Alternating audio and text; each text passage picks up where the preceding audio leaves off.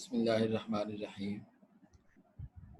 ये चैप्टर 13 का पार्ट है। प्रोडक्शन फंक्शन क्या होता है, मार्जिनल प्रोडक्ट ऑफ लेबर किसको कहते हैं, और मार्जिनल प्रोडक्ट ऑफ लेबर जो है वो डायमिनिश क्यों करती है, वो डिक्लाइन क्यों करती है। तो अगर हम प्रोडक्शन की बात करें तो बेसिकली होता ये है कि जो प्रोडक्शन है वो आउटपुट को हम कहते हैं।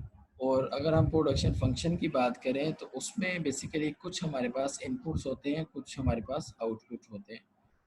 और जो हमारे पास इनपुट फंक्शंस हैं उसमें हम कौन कौन सी चीज़ें ऐड करते हैं। तो इनपुट फंक्शन में हमारे पास वही इनपुट है जिनको जो भी प्रोडक्शन हमने करनी होती है, जो हमने आउटपुट लेना होता है, उसके लिए जो जो इनपुट रिक्वायर होता है वो बेसिकली हम उसको ऐड करते हैं। या ये समझ लें कि इनपुट जो भी आप आउटपुट जो हमें रिक्वायर है, उन दोनों में जो रिलेशनशिप है वो बेसिकली प्रोडक्शन फंक्शन है। तो प्रोडक्शन फंक्शन जो है वो इनपुट और आउटपुट में जो रिलेशनशिप है उसको शो करता है।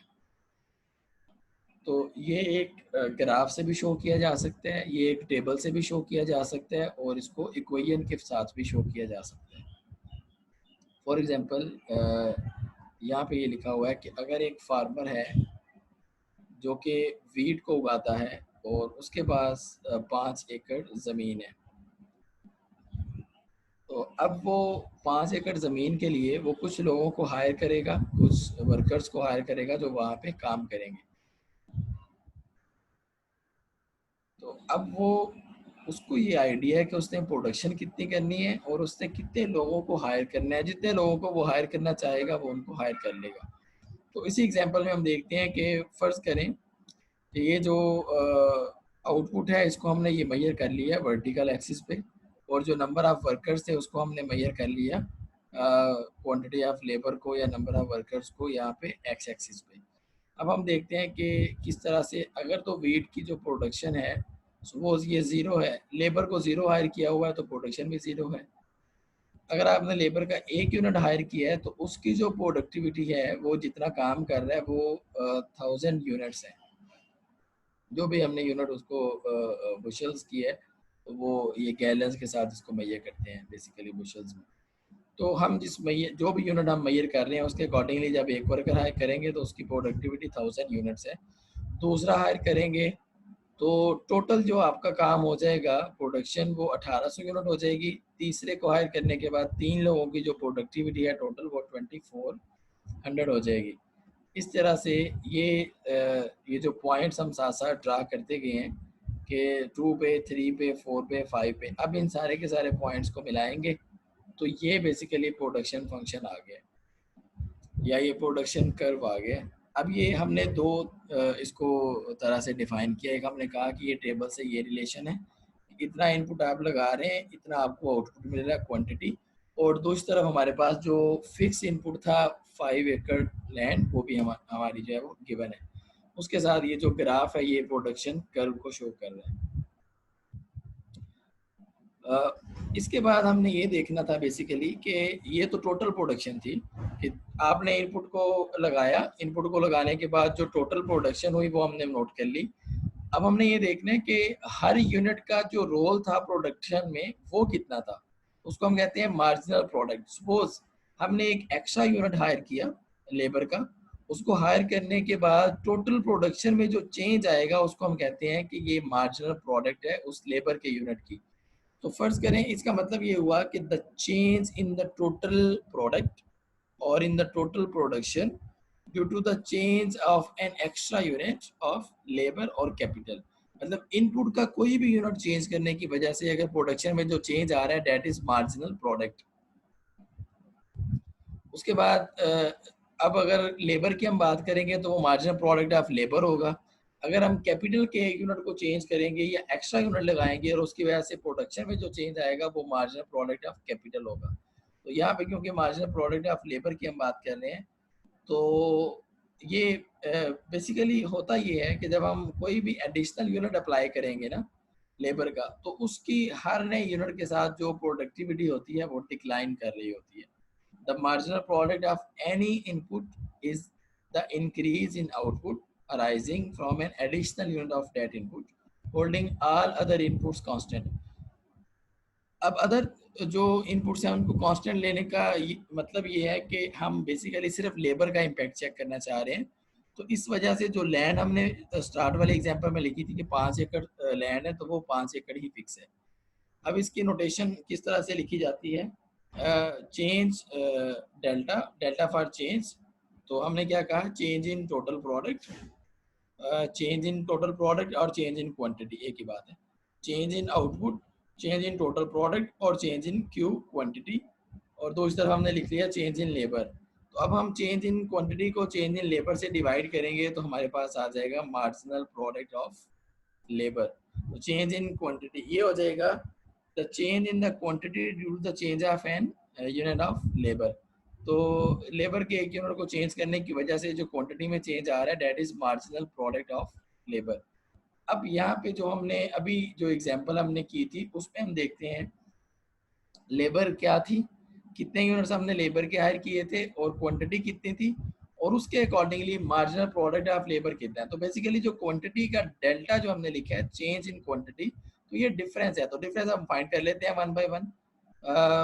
0 से 1000 तक जो डिफरेंस है वो 1000 है, और पहले यूनिट की फिर जो मार्जिनल प्रोडक्टिविटी है वो 1000 है, क्योंकि हमने जब ये डिफरेंस लिया 1 माइनस 0 1 और 1000 माइनस 0 1000, 1000 को 1 से डिवाइड किया तो ये आ गया 1000। नेक्स्ट हम देखते हैं, अब ये देखें चेंज इन लेबर कितना है 2 माइनस 1 1, और 1802 लेबर के यूनिट्स अगर काम करें तो 1800 यूनिट्स बना रहे हैं। लेकिन अगर हमने जस्ट सेकंड का फाइंड करना हो तो कैसे आएगा, 1800 माइनस 1000 ये आ जाएगा 800। तो यहाँ पे हम 800 को फिर 1 से डिवाइड करेंगे तो ये आ जाएगा 800। उसके बाद नेक्स्ट है, यहाँ पे देखें 600 है जो नेक्स्ट यूनिट की प्रोडक्टिविटी है या टोटल जो आउटपुट वो प्रोड्यूस कर रहा है। उसके बाद नेक्स्ट जो है वो 400 है। और अब मार्जिनल प्रोडक्टिविटी जो है, ये मार्जिनल प्रोडक्ट ऑफ लेबर जो है ये डिक्लाइन कर रहा है। उसकी रीज़न ये है कि हमने जो मेन हमारे पास फील्ड था, जो हमारे पास लैंड थी वो तो फिक्स है।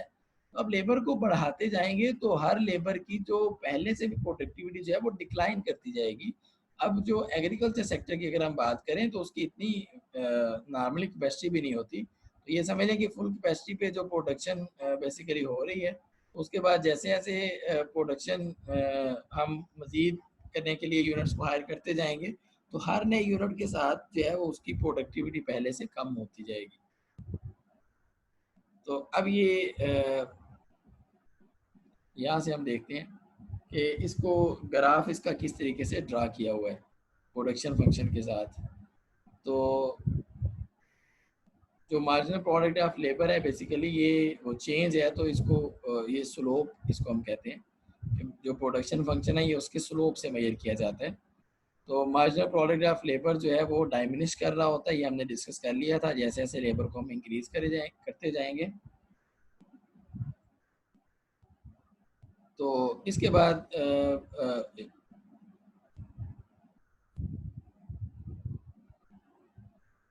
ये देखिए अब हमने ये ग्राफ ड्रा कर लिया प्रोडक्शन फंक्शन का। तो ये हमने पहली स्लाइड में ड्रा किया था। अब हमने यहाँ पे हर पॉइंट के पास स्लोप फाइंड करना है। तो ये देखें एक यूनिट लेबर का हायर किया तो उसकी प्रोडक्टिविटी कितनी थी 1000, तो ये हमने एरो से उसको फाइंड कर लिया। अब अगर मैं नेक्स्ट की बात करूं तो नेक्स्ट वाले को देखें कि वो 1 से 2 एक यूनिट ही है ये भी लेबर का यहाँ से यहाँ तक, और उसकी जो प्रोडक्टिविटी है वो ये है पहले से कम है। उसके बाद नेक्स्ट अगर हम देखें तो नेक्स्ट वाले की जो प्रोडक्टिविटी है वो 600 है। अब प्रोडक्टिविटी भी कम होती जा रही है, और अगर आप उसका ट्रेंड देखें तो वो थोड़ा फ्लैटर होता जा रहा है। पहले स्टीपर था, पिछली साइड में लिखा हुआ था कि पहले ये प्रोडक्शन फंक्शन थोड़ा स्टीपर था अगर आप स्टार्ट से देखें पहले पॉइंट से, उसके बाद आस्ता आस्ता ये फ्लैट होता जा रहा है। तो नेक्स्ट वाले एरिया पे देखें इसकी प्रोडक्टिविटी मजीद कम होती जा रही है और जो प्रोडक्शन फंक्शन है वो मजीद फ्लैटर होता जा रहा है। और ये आखिरी वर्कर जब हमने हायर किया तो उसकी जो प्रोडक्टिविटी है वो बेसिकली 200 है। तो अब जब हम लेबर को हायर करते जाएंगे तो उसकी प्रोडक्टिविटी डिक्लाइन करती जाती है। तो यहाँ पे हमने देखना ये होता है कि हम किस हद तक कहाँ तक लेबर के यूनिट्स को हायर करेंगे जहाँ पे उनकी प्रोडक्टिविटी जो है वो जितना वो अर्न कर रहे हैं या जितना वो काम कर रहे हैं, जितना काम कर रहे हैं वो और जितनी प्रोडक्शन की वैल्यू है अगर वो इक्वल आती है तो वहां तक हम बेसिकली लेबर को हायर करते हैं। उसके बाद लेबर को हम हायर नहीं करते। तो नेक्स्ट जो इसकी कास्ट की एग्जांपल थी कि यही अगर जो फार्मर था ये 1000 जो है वो ज़मीन के लिए पे कर रहे हैं और 2000 ये वर्कर को पे कर रहे हैं। तो अब इसकी जब अब ये देखें, अब ये टोटल अपनी कास्ट को फाइंड करेगा कि उसकी प्रोडक्शन की टोटल कास्ट कितनी है, लेबर को वो पे कितना कर रहा है, तो वो वहां तक लोगों को हायर करेगा जहां तक उसकी जो कास्ट है वो कम होती है या उसकी जो मार्जिनल कास्ट है वो इक्वल आ जाती है मार्जिनल रेवेन्यू से। कि जो चीज़ें वो लेबर का यूनिट बना रहा है, जितनी प्रोडक्शन कर रहा है, उसको जब मार्केट में अगर सेल किया जाए तो उससे जो रेवेन्यू आएगा और जितना उसको पे कर रहे हैं, जितना उसके ऊपर कास्ट है, अगर वो दोनों इक्वल आते हैं तो वहां तक लेबर को जो है वो हायर किया जाएगा। अब ये जो वाली जो एग्जांपल थी जिसमें कास्ट ऑफ लैंड फिक्स ये गिवन है, कास्ट ऑफ लेबर ये गिवन है जो कि इंक्रीज होती जा रही है, टोटल कास्ट ये गिवन है। अब इसके अकॉर्डिंगली जो है वो हमने कर्व ड्रा करना है तो ये टोटल कास्ट का कर्व आ जाएगा। एक तरफ आप देखें हमने जो है वो प्रोडक्शन फंक्शन ड्रा किया और दूसरी तरफ हमने उसकी टोटल कास्ट को फाइंड कर लिया। तो उस वाले केस में हमने मार्जिनल प्रोडक्ट ऑफ लेबर की बात की जो कि डिक्लाइन करती है। तो जो फार्मर है वो टोटल कास्ट को देखते हुए और टोटल प्रोडक्शन को देखते हुए डिसाइड करेगा कि उसने कितने वर्कर्स को हायर करना है और कहाँ तक उसने जो है वो उनको पे करना है।